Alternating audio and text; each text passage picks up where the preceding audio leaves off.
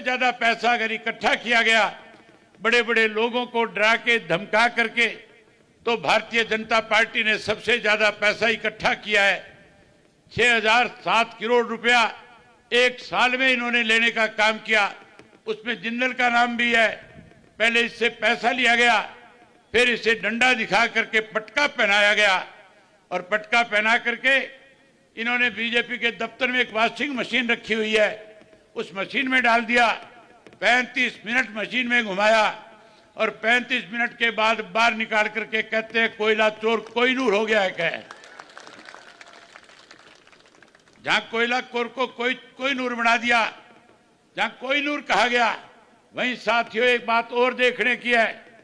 जो कोहिनूर जो था, उस कोहिनूर को यहां बुला करके एमपी का टिकट दे करके खड़ा कर दिया, और यहां आने के बाद जिसके पास किसी भी तरह की कोई कमी नहीं है, जिसके अपने प्राइवेट जहाज हैं, हेलीकॉप्टर हैं, जो बढ़िया ऐशो आराम की जिंदगी जीता है, महीने के अंदर 25 दिन विदेशों में रहता है, बड़े बड़े कारखाने, हजारों करोड़ का मालिक है, उस हजारों करोड़ के आदमी को इस भारतीय जनता पार्टी वालों ने पिछले दिनों पल्लेदार बनाने का काम किया। आपने वो वीडियो देखी होगी, इस वीडियो में नवीन जिंदल अपने कंधे पे बोरी रख करके गेहूं की ट्रक में लदान करने का काम कर रहा है।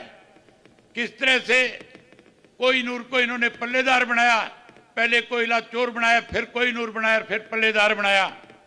वहीं उसके साथ साथ दूसरा जो मेरे सामने चुनाव लड़ रहा है, साथियों उसका किसी को ठिकाने के तक का भी पता नहीं है, कहां का रहने वाला है, हरियाणा से कोई वास्ता नहीं है।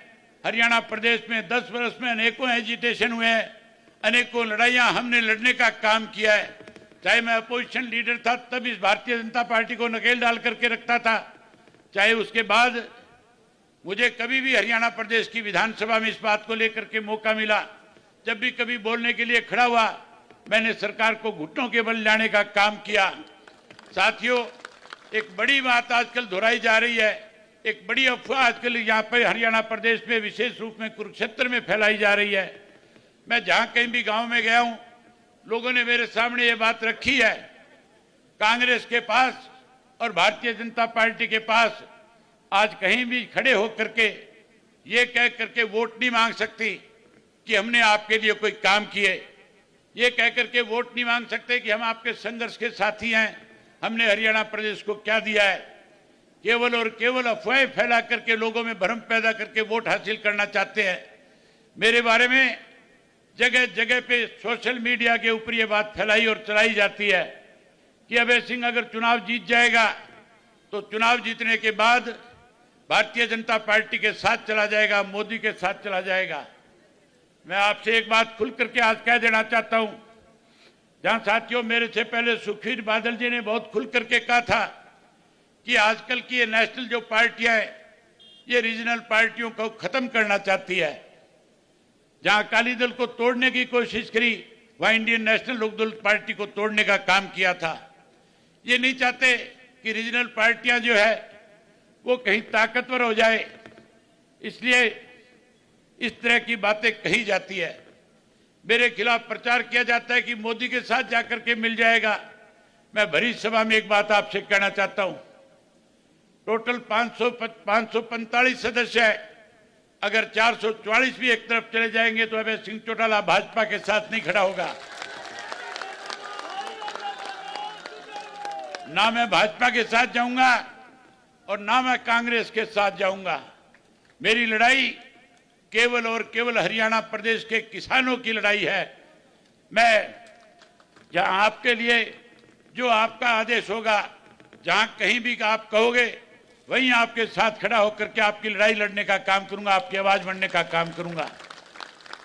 जहां साथियों आपकी लड़ाई लड़ूंगा, जहां पिछले 5 वर्ष में मैंने आपकी लड़ाई लड़ने का काम किया है, वहीं एक चीज और बताना चाहूंगा, लगातार कांग्रेस के लोग इस प्रचार में जुटे थे, जो मेरे खिलाफ प्रचार कर रहे थे, उनकी पोल खुद की खुल गई है। साथियों आपके सामने बड़ा उदाहरण है, करनाल की लोकसभा की सीट। आप याद करो, जब चुनाव की बिगुल बजा था, जब चुनाव की घोषणाएं हुई थी, मैंने प्रेस कॉन्फ्रेंस में मेरे से प्रेस के साथियों ने पूछा था कि अभय सिंह जी आपकी क्या राय है, आप क्या करोगे। मैंने उनसे कहा था कि हम 10 की 10 सीट पे चुनाव लड़ेंगे, और वहीं मैंने उनके सामने एक बात कही थी कि मनोहर लाल खट्टर अगर करनाल से चुनाव लड़ेगा तो मेरी जाती इच्छा है कि करनाल के अंदर हम सबको मिलकर के एक ऐसा उम्मीदवार खड़ा करना चाहिए जो मनोहर लाल खट्टर को चुनाव से बाहर करने का काम करे। मैंने खुल करके ये कहा था कि कांग्रेस के लोग अपना सर्वे कराएं। मैंने अपना सर्वे कराया है। मैं रोज करनाल के लोगों से मिलता हूं, जाता आता हूं। जब भी कहीं लोगों से राजनीतिक बातचीत होती है, जब पूछा जाता है करनाल में कौन सबसे ज्यादा सक्षम उम्मीदवार है, सबसे मजबूत आधार किसका है, हर व्यक्ति की जबान से मैंने एक ही बात सुनी थी कि अगर वीरेंद्र मराठा साझा उम्मीदवार बनकर के आ जाए तो कोई नहीं हरा सकता। जब मेरे सामने ये बात आई तो मैंने प्रेस के माध्यम से कांग्रेस के लोगों को संदेश दिया और कहा कि अगर वीरेंद्र मराठा को कांग्रेस पार्टी भी अपना उम्मीदवार बना करके लेकर के आएगी तो इंडियन नेशनल लोकदल पार्टी कोई उम्मीदवार खड़ा नहीं करेगी, समर्थन देने का काम करेगी। जब हमने ये बात कही, वही कांग्रेस के लोगों के सामने शरद पवार जी जो गठबंधन के सबसे बड़े नेता है, उन्होंने भी ये बात दोहराई कि आप लोगों को इस पे विचार करना चाहिए और वीरेंद्र मराठा जी को टिकट देकर के चुनाव लड़ाना चाहिए। लेकिन कांग्रेस की नीयत में खोट थी, भूपेंद्र सिंह हुड्डा की नीयत में खोट है। हुड्डा नहीं चाहता कि भारतीय जनता पार्टी हरियाणा प्रदेश में कमजोर पड़े। इसलिए साथियों, इस भूपेंद्र सिंह हुड्डा ने ऐसा कैंडिडेट, ऐसा उम्मीदवार उतारा है जो करनाल का रहने वाला भी नहीं है, जो घुमाना का रहने वाला है, जो घुमाना का रहने वाला है, और उसके ऊपर एक ऐसा केस है जिसमें पीओ घोषित हुआ है। ये मान के चलो जो पीओ है उसको पुलिस पकड़ के ले जाएगी। और आपको पता है ये भाजपा वाले बड़े बड़ों को जमानत पे नहीं छूटने देते, वो तो बेचारा बड़ा छोटा सा आदमी है। इसलिए लगातार भूपेंद्र सिंह हुड्डा जो है मनोहर लाल खट्टर की मदद करने में लगा हुआ है। दूसरा उदाहरण और आपको बता देता हूं, सुभाष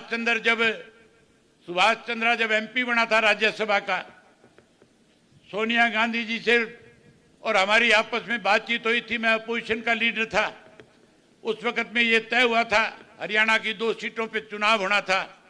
एक सीट के ऊपर भाजपा जीत रही थी, दूसरी सीट पे कांग्रेस और हम मिलकर के चुनाव लड़ रहे थे। हमारे दोनों के मिलकर के 37 वोट बनते थे। हमारा उम्मीदवार जीतना था। मैंने उनके सामने प्रस्ताव रखा और कहा था कोई ऐसा साझा व्यक्ति लेकर के आओ जिसपे आपको आपत्ति नहीं हो, हमें भी आपत्ति नहीं हो। साझा उम्मीदवार लाए, लेकिन सुभाष चंद्रा को जिताने के लिए भूपेंद्र सिंह हुड्डा ने अपना बैलेट पेपर भी खाली छोड़ने का काम किया था। जहां बैलेट पेपर खाली छोड़ा, वहीं पेन की स्याही बदल करके 14 अपने साथी विधायकों के वोट कैंसिल करवाने का काम किया था। इस बात को लेकर के जब हमने सोनिया गांधी के पास उस कैंडिडेट से कहा कि जाओ शिकायत करो, तो सोनिया के भी हाथ खड़े हो गई थी, बेबस हो गई थी, वो भी नहीं चाहती थी। साथियों, आज तक जो बात किसी के सामने रखी, मैंने उसका नफा और नुकसान कभी नहीं देखा था। मैंने जो वायदा लोगों के बीच में खड़े होकर के किया, उसको हर हालत में पूरा करने का काम किया है। आज यही पहचान इंडियन नेशनल लोकदल पार्टी की सबसे बड़ी है कि इंडियन नेशनल लोकदल पार्टी के कार्यकर्ता को आज कहीं जाकर के शर्मिंदा नहीं होना पड़ता। मैं आपको विश्वास और भरोसा दिलाता हूं, जो विश्वास आप मेरे ऊपर करते हो इसको कभी टूटने नहीं दूंगा।